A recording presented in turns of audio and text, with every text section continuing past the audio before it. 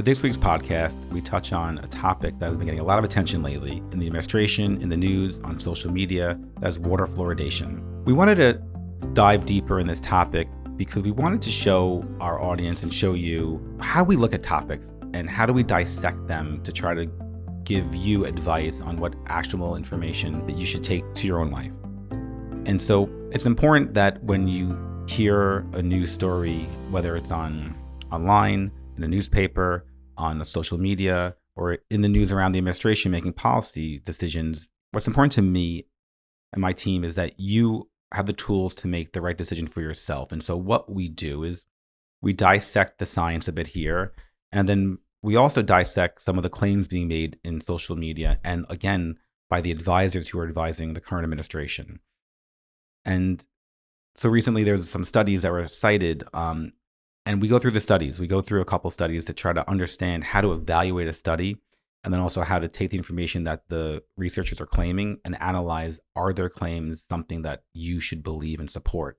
Because unfortunately, all studies are not created equal.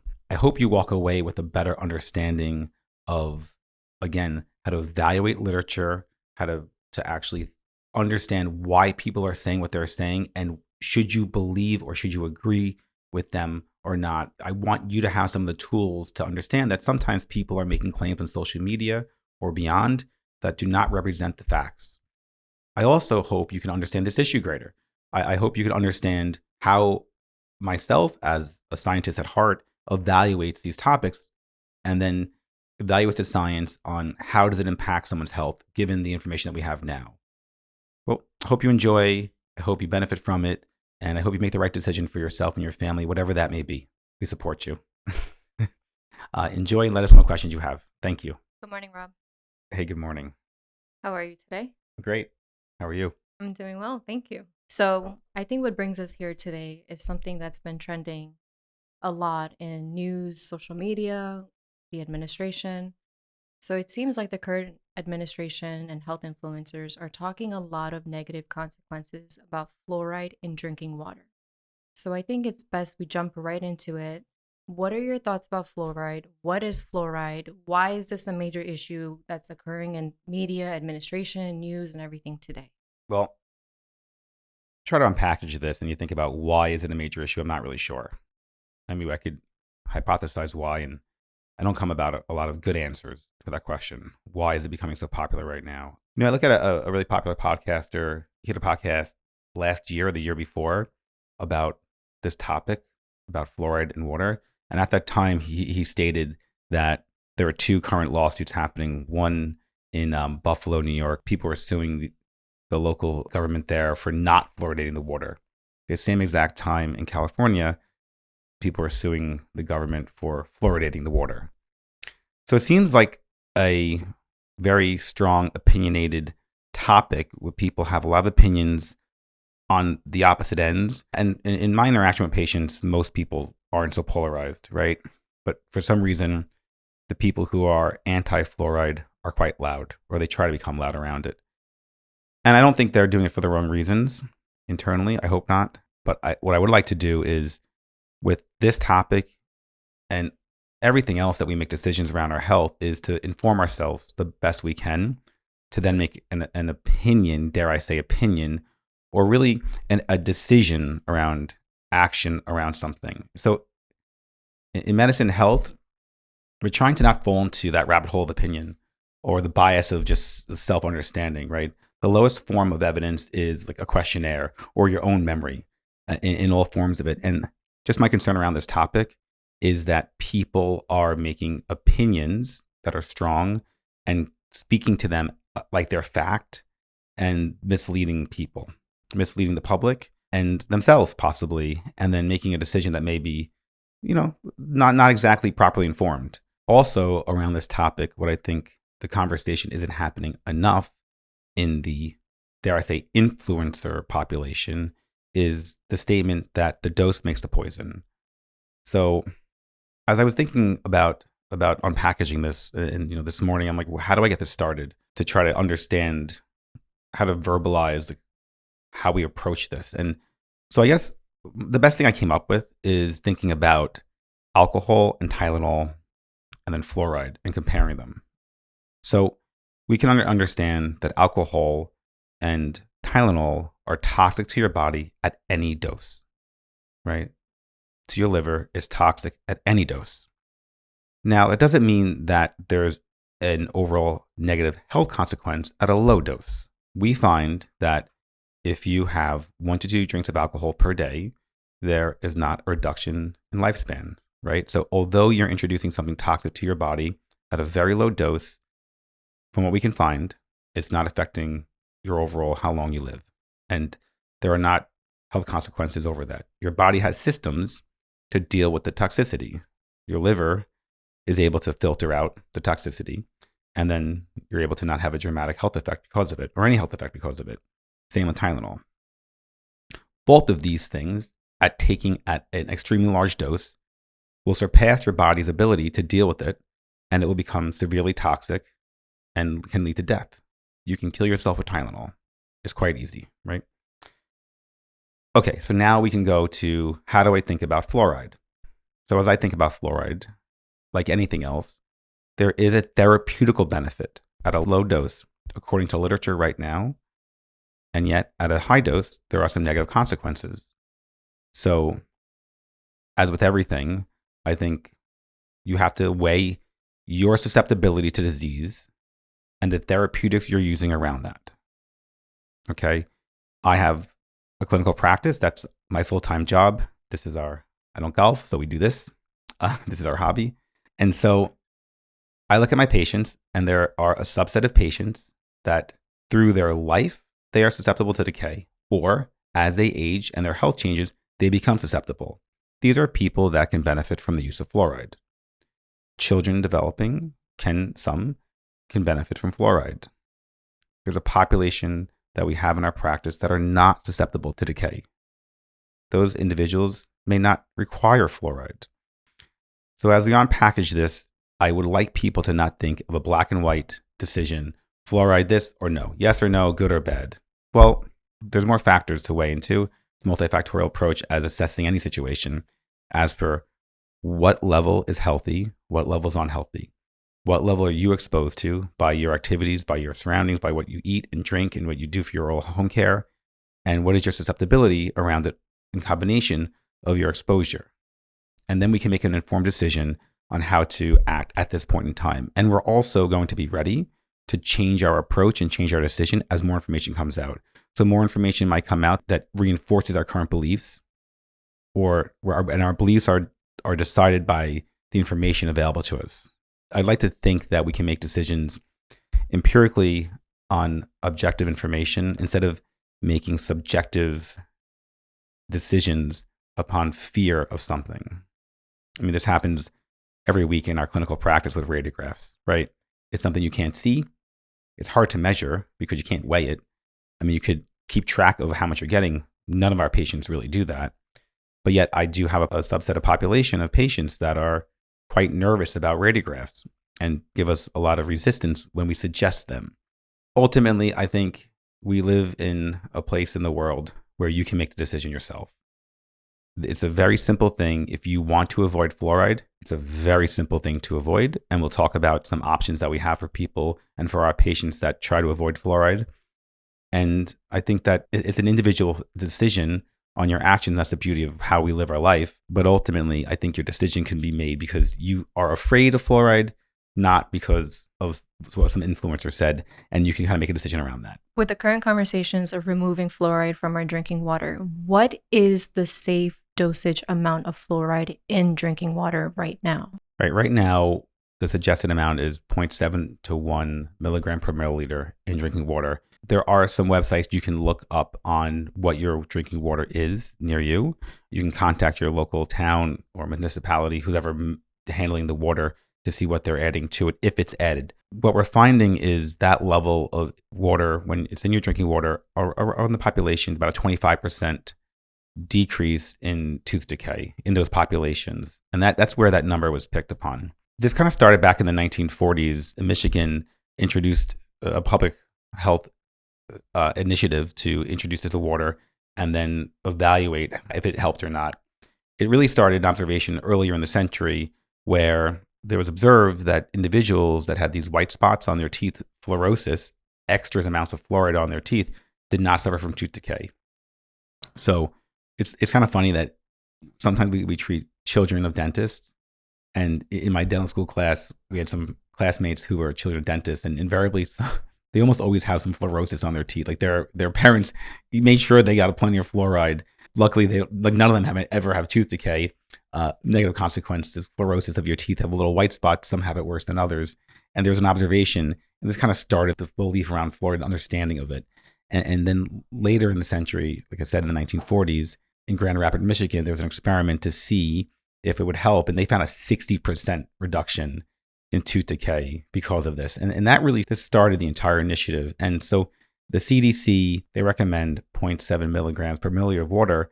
And it used to be a little higher, range about 20 years ago, 10 years ago, and then kind of got lowered a little bit, probably from some of this talks that have been ruminating around. It's also interesting to find that, some locations just have more fluoride in their water naturally, because fluoride is a naturally occurring element. Of course, it's in our food and in our body, just without us adding it. Since fluoride is proven to show reduction in tooth decay, how does it work? Like, what is the process? Can you walk me through it? We recorded a previous podcast about fluoride in our caries podcast, but it's worth dipping in here just to get a little understanding of what the process is, right? So your tooth is made of crystalline substance, calcium phosphate hydroxyl groups, right? Calcium phosphate. And it's a crystalline structure known as hydroxyapatite, right? You see that now in natural toothpaste. And so that's the crystalline structure. As you eat, drink, as acids introduced to your mouth, mechanical forces, the crystalline structure starts to break apart. And in your saliva are natural minerals that can help to replenish your tooth. And so there's this constant play of it breaking down and rebuilding. Fluoride can help accelerate the rebuilding in a stronger manner. So fluoride will bond to the calcium phosphate in replace of the hydroxyl group, and it'll bind to the crystalline structure like 10 times stronger than the hydroxyapatite. So you have fluoroapatite bonding in place of hydroxyapatite, and it's a stronger molecule. So in sense, it's making your teeth stronger than they were before when in the presence of fluoride. That's the basic mechanism which fluoride is working. You also get some secondary benefits of it, that it actually disrupts the metabolism of bacteria by inhibiting the enzymes of the bacteria. You get the hardening of the tooth, so the bacteria itself can't adhere as easily because the tooth is slicker to the actual bacteria. And it actually can inhibit the process in which the bacteria can metabolize carbohydrates and produce acid.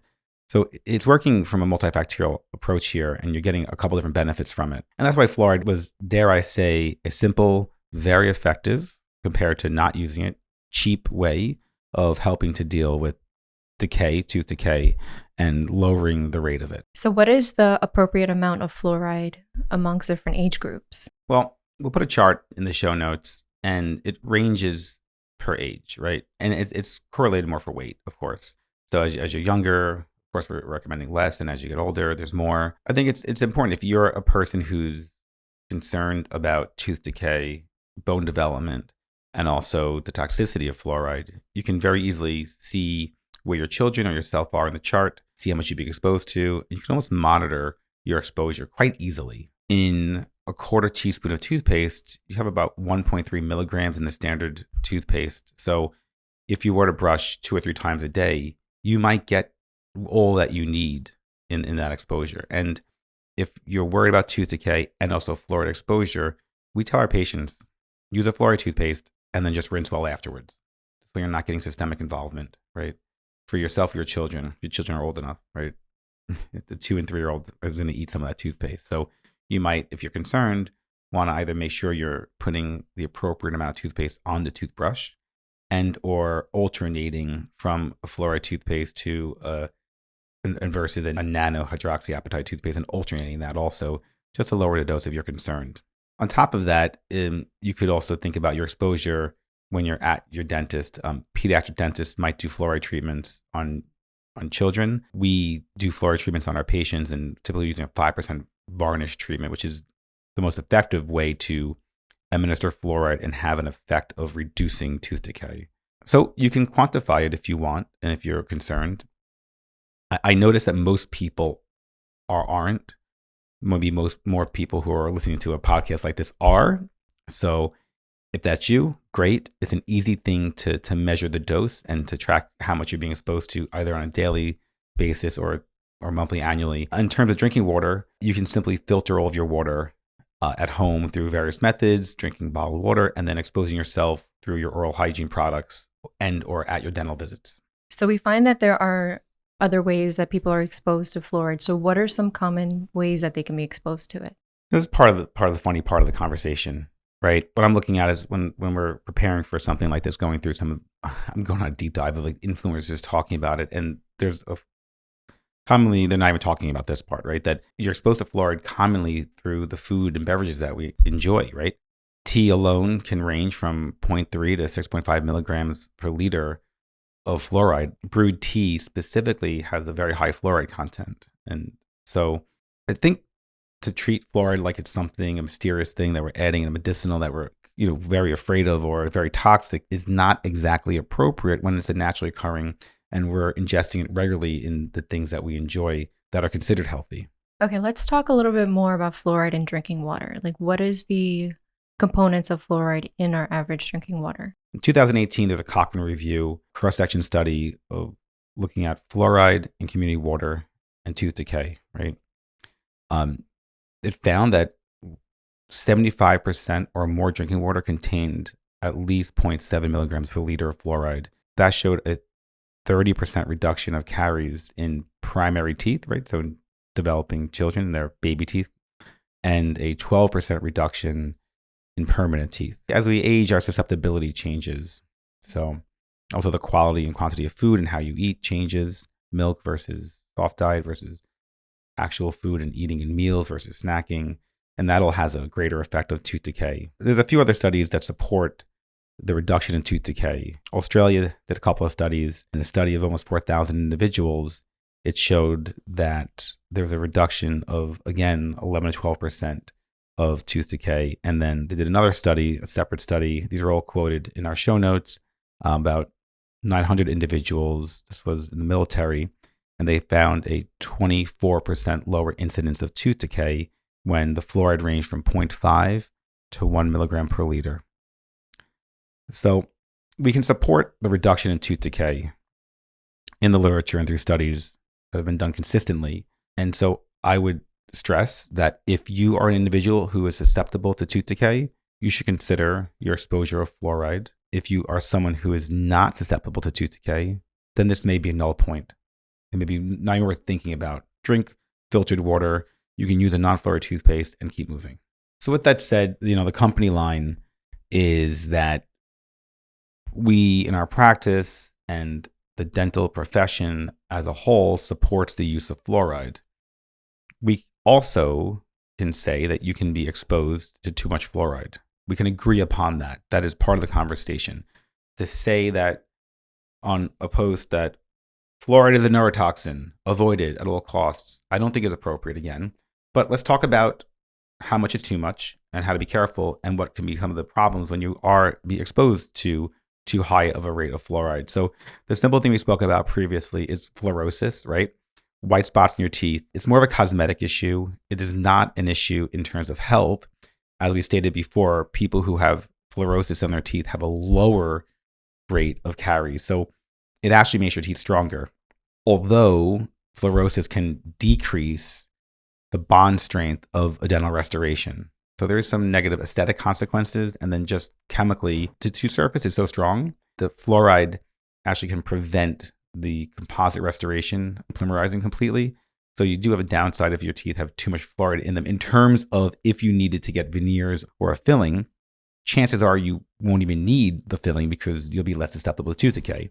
Typically, this is happening when you're exposed to 4 milligrams per liter or higher, right? This is 6 times higher than in almost all the water in our country, at least. The other thing that can happen aside from your teeth is skeletal fluorosis. So fluoride can strengthen the long bones in your body, but if there's too much fluoride, it can actually lead to your joints being stiff, painful joints, weak bones, and muscle loss and nerve problems.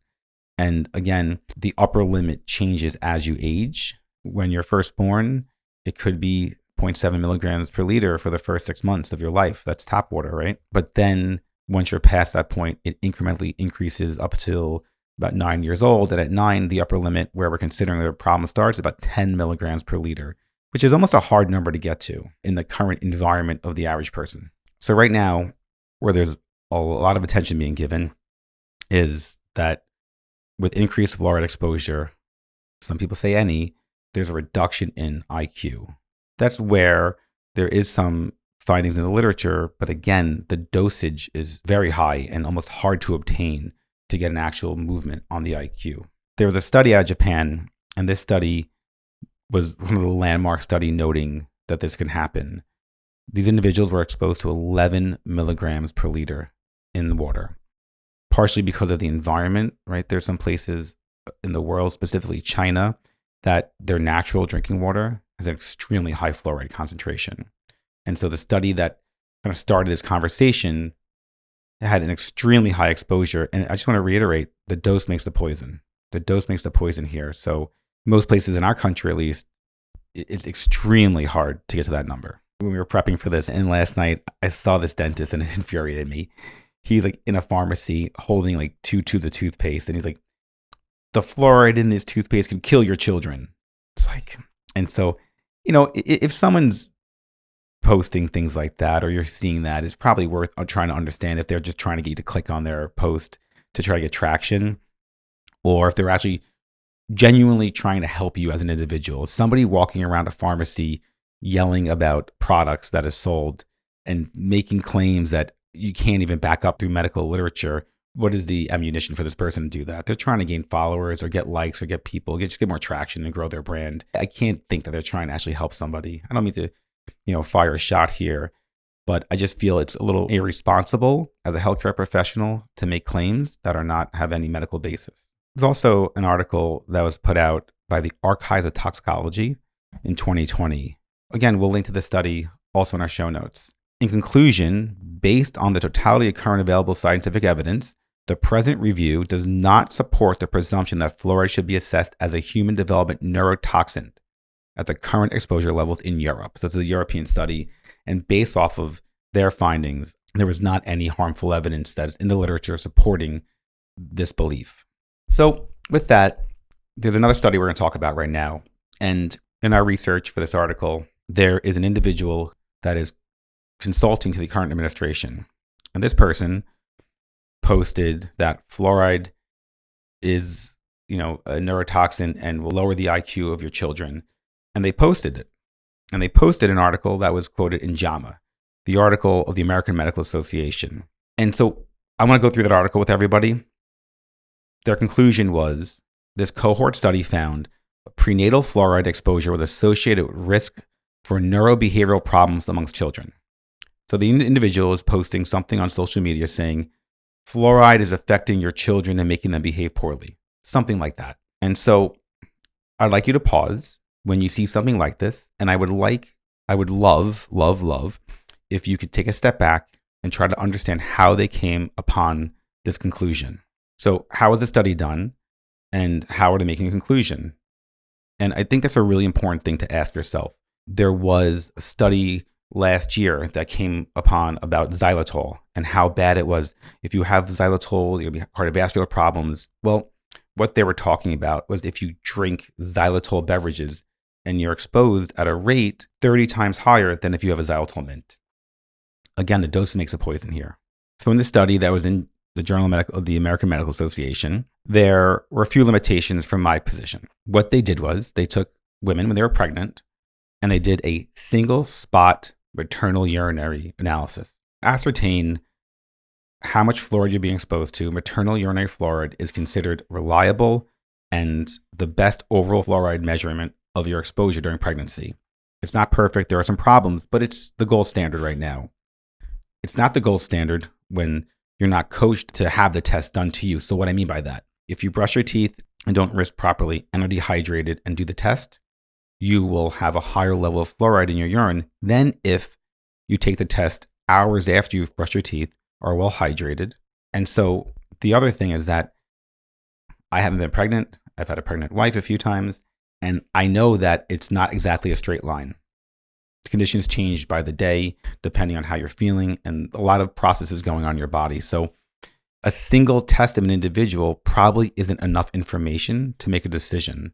Taking multiple tests over the course of one pregnancy and giving some coaching on how to standardize the conditions would have been a good thing to do. This was not done in the study.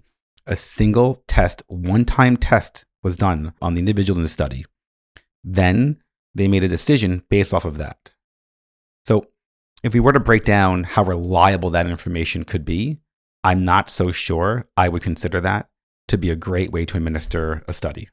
So then when these children were of preschool age, mothers then administered a child behavioral checklist, right? It's a series of questions about their behavior that then you can assess a child's situation, their learning ability, their behavior, where they are, if they have learning disabilities, if they have behavioral disabilities. And so the study did not go into what I think is very important, into coaching these individuals on how to ascertain the test.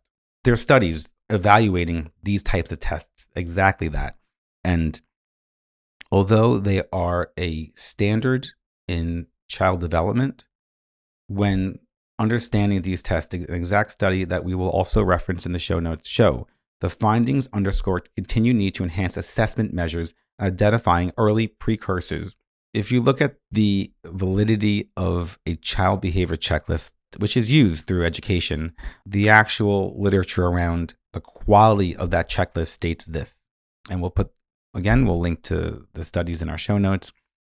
Psychologists may consider using a CBCL, a child behavior checklist, as a psychometrical sound, narrow band, and broad measurement of challenging behaviors, but should exercise caution when interpreting these types of scales for preschoolers.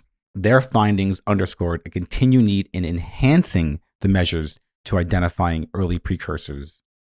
So, in talking with some child specialists and development specialists, we had a conversation in preparing for this podcast about this exact measurement and connecting with someone who evaluates fifth graders, right? So, a department in school, they evaluate fifth graders and they read the checklists and they read the evaluations from preschool through K through 5 to then make decisions on how to place this child for further development, right? What classification, what help are they going to get? Are they going to be in a normal classroom? Or are they going to be in a classroom where they get some assistance? How is testing going to be? It controls the fate of their life. And they noted that there is a huge variety in the quality of the information being given to them based on who's giving the test, when they give the test, how much time they have the test, how much time they know the child, and just their own preparation, their own understanding of the test, and their report is how much the individual administering the test cares about the outcome. So in looking at this study, we can note a couple problems here. The urine analysis was done in a single spot. Not the best way to measure the actual fluoride exposure of this developing child throughout their time of pregnancy. The test given to ascertain was given by an uneducated person, or not educated, but they weren't given the tools they need to understand how to give this test. There might be some bias there.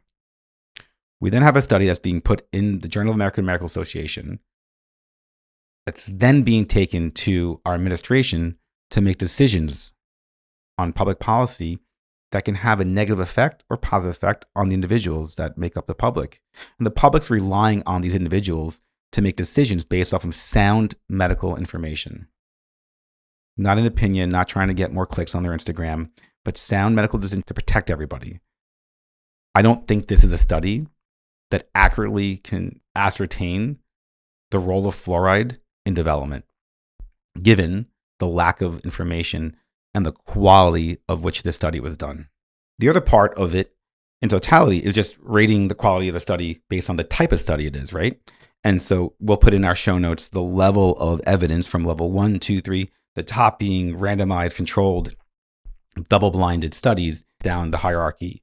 And we can only ascertain this type of study as having a lower level of evidence because of the type of studies done and how there's no blind, there's no control in it. And so it's more just ascertaining it. So I would like people to make decisions honestly. And what I mean by that is, if you're just honestly scared of fluoride because you are, that's okay. That is very much okay. You have free will, and you can make a decision to avoid fluoride because you're scared of it. What I caution people around is then labeling something as doing something because you're scared. It was important in medicine for me as a healthcare professional and for everyone who makes up the team of great doctors and dentists who are trying to do the right thing for patients is to use the information we have available to us to make the right decision and be willing to change as information changes. Based on the current amount of information that we have, fluoride at the levels we noted has a therapeutical benefit without having actual negative impact on IQ, on development, and on someone's health. With that being said, it's kind of like we take a middle road with it, right? Because we have to, because do we have all the information on it? Maybe not. But up until this point in time, we have enough information to make what I believe is an educated decision. And if you are scared of fluoride, avoid it. Avoid it. We have some other options. So how do you avoid fluoride? We can go into it for a moment because I think it's worth it, because we do have patients that are worried or have issues with their children and they want to just take everything off the table. And if you want to take everything off the table, remove fluoride then, fine. You can filter your water at home that you cook with and drink. If you want to remove all of the water at your home, have a whole house water filter. We actually have one in my home. We have a whole house reverse osmosis water filter. For other reasons, not for fluoride, because just to have cleaner water. You can have a countertop water, right, where you pour the water into and filters it, keep it in the refrigerator. There's all sorts of water filters. And you could, of course, I'm drinking a natural spring water that doesn't have much fluoride in it, if any, right now, right? And for the best non-fluoride toothpaste, use a nano-hydroxyapatite toothpaste of 10% or higher. Risewell, we have no affiliation. Risewell and Boca are the two that we recommend most commonly. Again, you want to make sure it's 10% or higher and has to be nano-hydroxyapatite. They're really nice products. I use them with my children. I alternate them. There are benefits for hydroxyapatite toothpaste for whitening, for natural desensitization of your teeth. So we do have a lot of our patients alternating with a fluoride toothpaste once a day and then a nano-hydroxyapatite toothpaste once a day. I think that's just like a belt and suspenders in a sense. There's some good literature around nano-hydroxyapatite. I think there needs to be more for us to really go all in as a profession, but so far it's looking good. The other thing that you can do is consider using xylitol gum or mints after eating. It's a low-level xylitol. Usually it's about 0.5 grams, and that's within a safe dosage again. And that has really shown to help to kill the bacteria that cause cavities and not your healthy bacteria. So the other thing you can do is, if you're concerned about fluoride and you're not using it, you have to figure out your susceptibility to decay, as we mentioned many, many times. And you could also think about your acid exposure and carbohydrate exposure. So if you're exposing yourself to acid and carbs, you're feeding the bacteria that cause cavities and giving them the environment that they're comfortable in. Now, if you're doing that during a meal, the studies show it doesn't matter. Studies show that whatever you expose yourself to during a meal does not have an impact on your dental health so much. It's more the things you're doing in between the meals. So you want to avoid sipping on acidic beverages, a bunch of lemon in your water that you're sipping all morning, snacking on carbohydrates between meals. Those are the things that should detrimentally affect your oral health. So to kind of round it off, I think that you have to try to step away from the scariness of something or the emotional things at first and try to educate yourself around anything that you're doing to make a decision that's altering your health or changing your behavior, so that you can try to make the most informed decision as possible. In the world we live in, it's somewhat impossible to do, so we lean on people that we trust to make the decisions. So I think, unfortunately, right, sometimes it's hard to know where to look, where to trust, because you're getting conflicting information. Your dentist is saying one thing, this doctor that you respect online and has a national platform is saying another thing. And so who do you believe? Who do you follow? And do you just indulge the sensitive part of your emotions in the one you resonate with most? Or do you take both opinions or piece of advice and then try to educate yourself? There's some really great tools right now out there.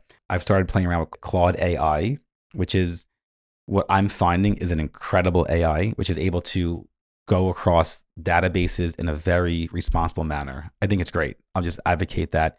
And so even I was playing with it yesterday in preparing for this talk a little bit, just thinking about a few things, seeing what it would find, and you can have a full conversation with it. So the interesting thing about Claude AI, and I think you can use it for anything, but this is not used as a question answer, but yet it works great as a conversation. So you can type something and then you can build on it and have a full conversation with Claude, and it's really great. What I like about that is it's actually unbiased. It's pulling information from more sources than you can go through by yourself from doing an internet search and trying to make a well-informed decision at a very low time cost to you. It's very simple to do a heavy lifting of research in a short period of time by utilizing some of these tools. So when this comes out or when you're listening to it, who knows which the front runner is, but as of right now, I like it a lot. So let us know if you have follow-up questions. Please comment on our YouTube video or wherever you're encountering this. You can email us. We're hoping to help you make informed decisions about your health. I'm not trying to dictate what you do, but trying to give you information so that you can be empowered to make the best decision for yourself. Wish you well. Let us know questions you have. See you next time. Thank you. Thank you for joining us this week. I hope you found it helpful and enjoyable. Please head to our website for our show notes and more information around the topics we discussed today. Please check us out on our YouTube, Instagram, and TikTok pages for weekly updates and other interesting topics we discuss more frequently. The information provided in this podcast is for general information and educational purposes only and is not a substitute for professional advice. Accordingly, before taking any actions based on such information, we encourage you to consult with the appropriate professionals. We do not provide any medical nor health advice. You should seek the full diagnosis and treatment from your healthcare providers for any issues or conditions you may have. No doctor and patient relationship is formed. The use or reliance of any information used from this podcast is solely at your own risk. This podcast is purely for educational and informative purposes only.